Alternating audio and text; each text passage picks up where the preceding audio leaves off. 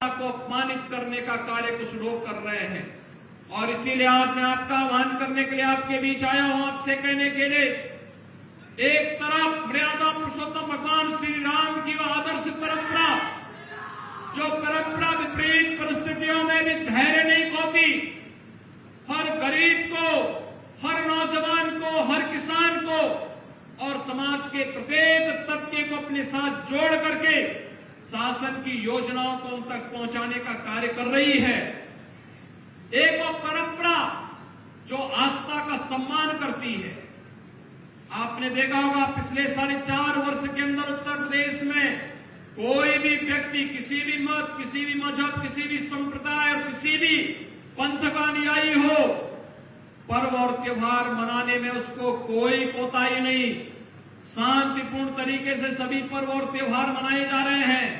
लेकिन इससे पहले होली आती थी, कर्फ्यू लग जाता था, दीपावली आती थी, फिर कर्फ्यू लग जाता था, रामनवमी आती थी, कर्फ्यू लगता था, जन्माष्टमी आती थी, कर्फ्यू लगता था, शिवरात्रि आती थी, कावड़ यात्रा सरकार नहीं निकालने देती थी, कहती थी दंगे हो जाएंगे। भाइयों बहनों, विगत 4.5 वर्ष के अंदर उत्तर प्रदेश में कोई दंगा नहीं हुआ, पर्व और त्योहार शांतिपूर्ण तरीके से मनाए जा रहे हैं, सरकार सुरक्षा की व्यवस्था भी करती है और अब हम कुछ ही दिनों में दीपावली के भव्य आयोजन को करेंगे और दीपावली का यह भव्य आयोजन हमें उत्साह और उमंग के साथ प्रकाश पर्व के साथ जोड़ने का एक नया संदेश देता है।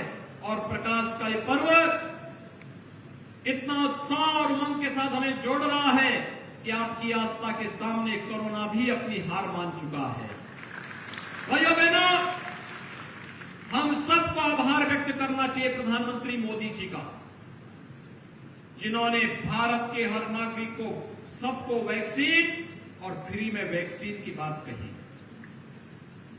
आज आपको अंबेडकर नगर में भी सबको फ्री में वैक्सीन लगाने की कार्रवाई चल रही है, युद्ध स्तर पर वैक्सीन लग रहे हैं।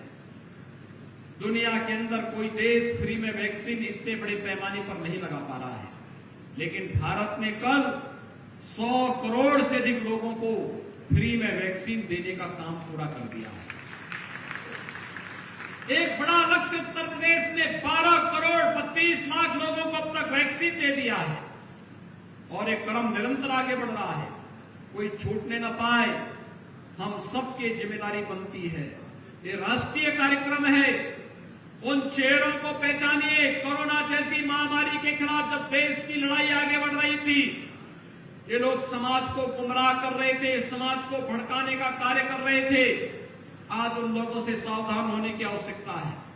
ये लोग रंग बदलते हैं, इनकी स्थिति को देख करके कभी कभी गिरगिट भी शर्मा जाएगा, कभी ये लोग क्या बोले कोई भरोसा नहीं।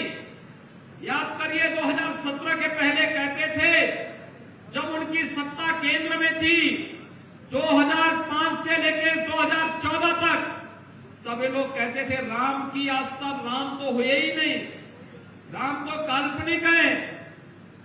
और जब अयोध्या में 500 वर्षों के विवाद का फटाक से समाधान हुआ, अयोध्या में राम जन्मभूमि पर भव्य मंदिर निर्माण की कार्रवाई प्रारंभ हुई, अब कहते हैं राम तो सबके हैं।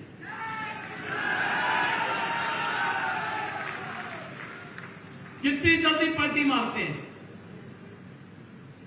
कोरोना महामारी के दौरान जब एक गरीब परेशान दिख रहा था, तब केवल या तो राज्य और केंद्र सरकार कार्य कर रही थी या भारतीय जनता पार्टी का कार्य कर रहा था।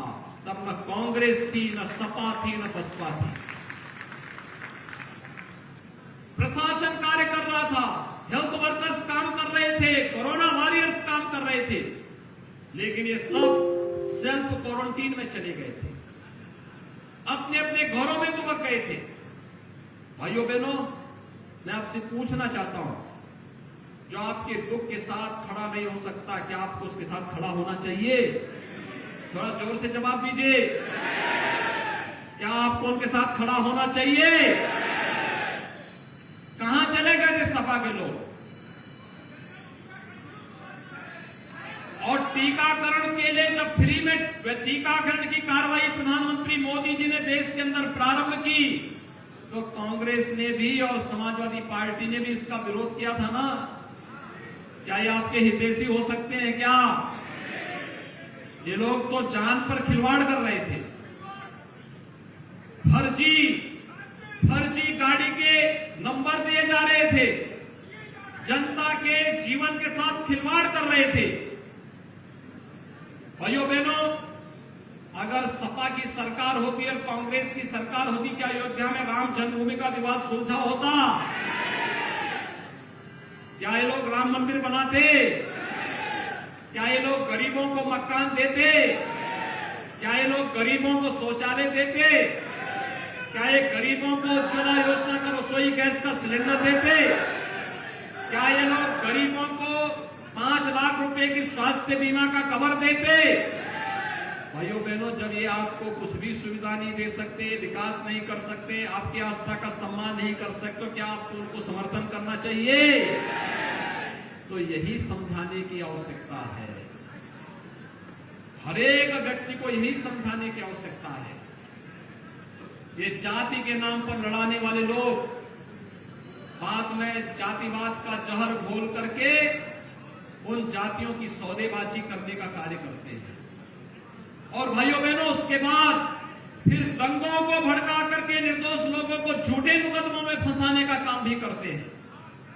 प्रदेश में अराजकता पैदा करने का काम करते हैं।